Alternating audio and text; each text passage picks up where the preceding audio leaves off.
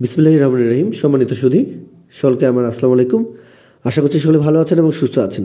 আমরা আজ উপস্থিত হয়েছি আপনাদের ছোট সোনামণিরা যারা আমাদের চতুর্থ শ্রেণীতে পড়াশোনা করছে তাদের বাংলা বিষয় থেকে আমরা আজকে যেটি দেখিয়ে দেওয়ার চেষ্টা করব যে আমাদের নির্ধারিত যে আমাদের অধ্যায়গুলো এবং সেই নির্ধারিত অধ্যায়গুলো থেকে আমাদের কিভাবে প্রশ্ন করার যে বিষয় যেভাবে নির্দেশনা দেওয়া হয়েছে সেই 2 ঘন্টা 30 মিনিটের জন্য আমরা আজকে আপনাদেরকে দেখিয়ে দেওয়ার চেষ্টা করব একটি 100 নম্বরের সরাসরি প্রশ্ন। আমরা বিভিন্ন জায়গা থেকে এগুলো সংগ্রহ করার চেষ্টা করেছি। দেখুন তাহলে আমাদের আজকের এই প্রশ্নপত্রটি। তো তৃতীয় প্রান্তিক মূল্যায়ন 2024 বাংলা নমুনা প্রশ্ন 1 শ্রেণী চতুর্থ। আচ্ছা, কবির নামসহ মা কবিতার প্রথম 8 লাইন মুখস্থ লেখো। আমরা যেভাবে প্রশ্নের ধরন এবং মানবন্টনের আগে শেয়ার করার চেষ্টা করেছি ঠিক সে বিষয়ের উপরে আমাদের আজকের প্রশ্নটি। আশা করছি আমরা পুরো বিষয়টি প্রথম থেকে শেষ পর্যন্ত কন্টিনিউ করব। আচ্ছা, এরপরে রয়েছে সংক্ষিপ্ত প্রশ্নের উত্তর দাও, যে কোনো 4টি। আমরা যেভাবে পেয়েছি ঠিক সেইভাবে আপনাদেরকে দেখাতে চেষ্টা করছি। এবং এখানে রয়েছে সর্দারজিকে চেনা যায় কি দেখে, পানাম নগর কি জন্য বিখ্যাত, খোকা মাকে নিয়ে কথা যাচ্ছে, পাহাড়পুর নামটা কিভাবে হলো, লিপি বলতে কি বোঝো, এবং হজরত ওমর রাদিয়াল্লাহু আনহু কোথায় জন্মগ্রহণ করেন। তাহলে আমরা 1 এবং এখানে 2 দেখতে পাচ্ছি এবং আমাদের যেভাবে নমুনাটি দেওয়া রয়েছে ঠিক সেইভাবে এখানে প্রশ্নটি আলোকপাত করা হচ্ছে। আশা করছি আমরা প্রথম হয়ে থাকলে অবশ্যই ভিডিওটি দেখার সাথে চ্যানেলটি সাবস্ক্রাইব করে নেব। এবং এখানে আমরা 1 এবং 2 দেখতে পাচ্ছি। এর সাথে আমরা 3 নম্বরে এসে পৌঁছেছি, সেটি হলো রচনামূলক প্রশ্নের উত্তর দাও। এখানে 5টির মধ্যে যে কোনো 3টি দিতে হবে। এখানে নম্বর রয়েছে 12। ক, পাঠানদের অভ্যর্থনা কেমন হয়ে থাকে এবং কেন। খ, লোকশিল্প কাকে বলে, লোকশিল্প জাদুঘর কেন দরকার, সোনারগাঁও লোকশিল্প জাদুঘর কে প্রতিষ্ঠা করেন। গ, ভাগ্যে খোকার সঙ্গে ছিল মা এ কথা বললেন কেন। ঘ, বাংলা লিপি কিভাবে এলো, কখন থেকে মানুষের সভ্যতার পথে নতুন যাত্রা শুরু হলো, হজরত ওমর রাদিয়াল্লাহু আনহু এর উপদেশগুলো কী কী। 4, প্রদত্ত শব্দগুলোর অর্থ লেখো, যে কোনো 5টি, এবং 5 খালি জায়গায় শব্দ বসি অর্থাৎ সঠিক শব্দ বসি শূন্যস্থান পূরণ করো। আমরা এখানে দেখতে পাচ্ছি 4 নম্বরে আমাদের যে কোনো 5টি শব্দের অর্থ লিখতে বলা হয়েছে। অভ্যর্থনা, এভাবে ছিনু, কোষমুক্ত। এর সাথে আমাদের খালিঘর পূরণগুলো রয়েছে ক, খ, গ, ঘ, ঙ। মানুষের সাথে মানুষের ড্যাশ দৃঢ় হোক, বাংলা লিপির পুরনো নাম ড্যাশ, হজরত ওমর রাদিয়াল্লাহু আনহু দুঃখ কষ্টে ছিলেন ড্যাশ, জাদুঘরে অনেক ড্যাশ জিনিস দেখতে পাওয়া যায় ও পাহাড়পুর ছাড়াও আমাদের দেশে আরও ড্যাশ রয়েছে। তাহলে আমরা দেখিতে চেষ্টা করছিলাম আপনাদের ছোট সময়রা যারা আমাদের চতুর্থ শ্রেণীতে পড়াশোনা করছে তাদের বাংলা বিষয়ে প্রশ্নের ধরন এবং মানবন্টনের আমরা আলোকে আজকে এটি সরাসরি পরীক্ষার প্রশ্ন এবং আমরা চেষ্টা করছি আপনাদেরকে পুরো বিষয়টি সুন্দরভাবে দেখিয়ে দেওয়ার। এবং আমরা আরও বেশ কয়েকটি বিষয় পেয়ে যাব, সেগুলো দেখতে অবশ্যই আমাদের চ্যানেলটির সঙ্গে থাকতে হবে আরও কিছুক্ষণ।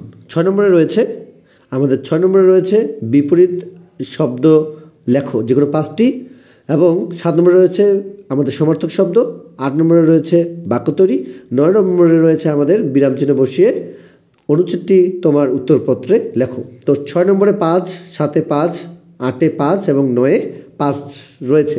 তো প্রদত্ত যে শব্দগুলোর বিপরীত অর্থ লেখো বা শব্দ লিখো। কঠিন, যাওয়া, বিদেশ, আলো, রোদ, এভাবে 5টি, এবং সমার্থক শব্দ ফুল, পৃথিবী, পতাকা, এভাবে। এবং 8 নম্বরে রয়েছে বাক্য তৈরি, পেশাওয়ার, সংবর্ধনা, তরবারি, এবং 9 নম্বরে রয়েছে বিরামচিহ্ন। বিরামচিহ্ন রয়েছে সবাই যাবে শিক্ষা সফরে, ঐতিহাসিক, সোনারগাঁও যাবে তারা, কি আনন্দ কি উল্লাস সবার মনে। এ ধরনের একটি আমাদের অনুচ্ছেদ থেকে কেটে আমরা এখানে দেখতে পাচ্ছি যে আমাদের কিছু বাক্য দেওয়া রয়েছে, সেটি তারা সুন্দরভাবে লিখবে বিরামচিহ্ন বসিয়ে। এর সাথে আমরা দেখতে পাবো 10 নম্বরে, সেটি হলো আমাদের সঠিক উত্তরটি বাছাই করে উত্তরপত্রে লেখো। ক, খ, গ, ঘ, ঙ পর্যন্ত এখানে দেখতে পাচ্ছি এবং আমাদের সর্বমোট এখানে 5 নম্বর রয়েছে। ঘুরে আসি সোনারগাঁও, গল্পে শিক্ষা সফরে সবাই কোথায় যাচ্ছিল, এবং দক্ষিণ পূর্ব বাংলার শাসনকর্তা ছিলেন ড্যাশ, ঢাকা থেকে সোনারগাঁওয়ের দূরত্ব ড্যাশ, আলেকজান্ডার কানিংহাম এই পুরাকীর্তি আবিষ্কার করেন ড্যাশ, এভাবে বিহার এলাকাটি বিস্তৃত ড্যাশ।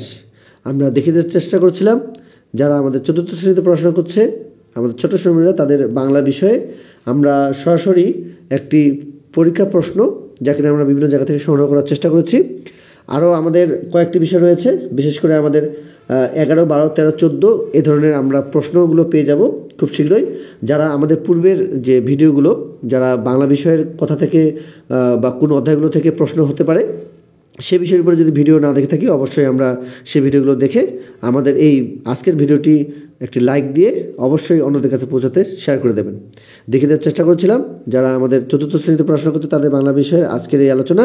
আমরা অল্প সময়ের মধ্যে আরও যে 4টি বিষয় রয়েছে সেগুলো দেখে দেওয়ার চেষ্টা করছি। অন্যান্য বিষয়গুলো দেখতে আমাদের সঙ্গে থাকবেন, কারণ প্রতিনিয়ত আমরা যেখান থেকে আপডেট পাওয়ার চেষ্টা করছি সেগুলোই আপনাদের সামনে তুলে ধরবার চেষ্টা করছি। আমরা দেখে দেওয়ার চেষ্টা করছিলাম 1 থেকে 10 পর্যন্ত। 11 নম্বরে যেটি দেওয়া রয়েছে সেটি হলো নিচের যুক্তবর্ণগুলো ভেঙে দেখাও এবং প্রতিটি যুক্তবর্ণ দিয়ে একটি করে শব্দ তৈরি করো। আমরা এখানে দেখতে পাচ্ছি আমাদের এখানে 5টি যেগুলো বলেছে এবং এখানে 10 নম্বর রয়েছে।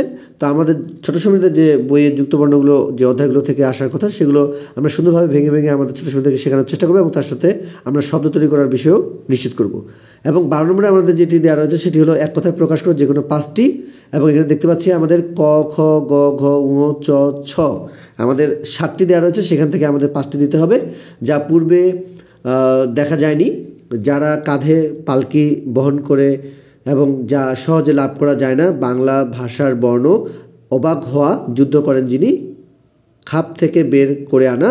এবং এর সাথে একটি খুবই খুবই গুরুত্বপূর্ণ বিষয় রয়েছে, সেটি হলো আমাদের 13 নম্বরে পত্র লিখন।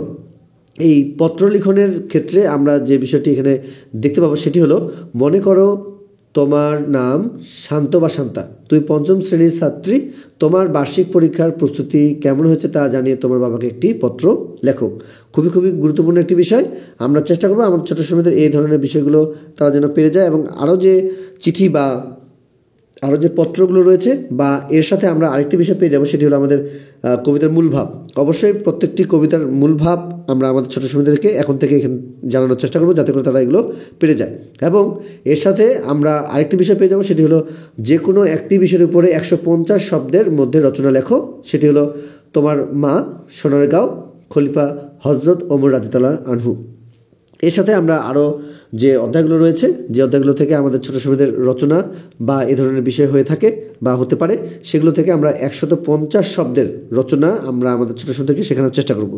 দেখে দেওয়ার চেষ্টা করেছিলাম যারা আমাদের ছোট্ট শ্রেণীরা 4র্থ শ্রেণীতে পড়াশোনা করছে তাদের বাংলা বিষয়ে সরাসরি একটি স্কুল পরীক্ষা প্রশ্ন এবং আমাদের প্রশ্নের ধরন এবং মানবন্টন 100 নম্বরের যে প্রশ্নপত্রটি দেখেছি সেটি সুন্দরভাবে আমরা আমাদের ছোটো শ্রেণীদের উপর প্রয়োগ করার চেষ্টা করব, যাতে করে তারা পরীক্ষার পূর্ব প্রস্তুতি হিসেবে এগুলো নিতে পারে এবং আপনারা অবশ্যই তাদেরকে সহযোগিতা করবেন। অন্যান্য বিষয়গুলো দেখতে আমাদের সঙ্গে থাকবেন। নতুন হয়ে থাকলে অবশ্যই চ্যানেলটির আজকের ভিডিওটি দেখে একটি লাইক দিয়ে যাবেন। যারা পুরনো রয়েছেন সকলকে জানাচ্ছি অসংখ্য ধন্যবাদ আমাদের পাশে থাকার জন্য। তো আজকে এই পর্যন্তই। সুস্বাস্থ্য কামনা করে আজকের মতো শেষ করছি। খোদা হাফেজ।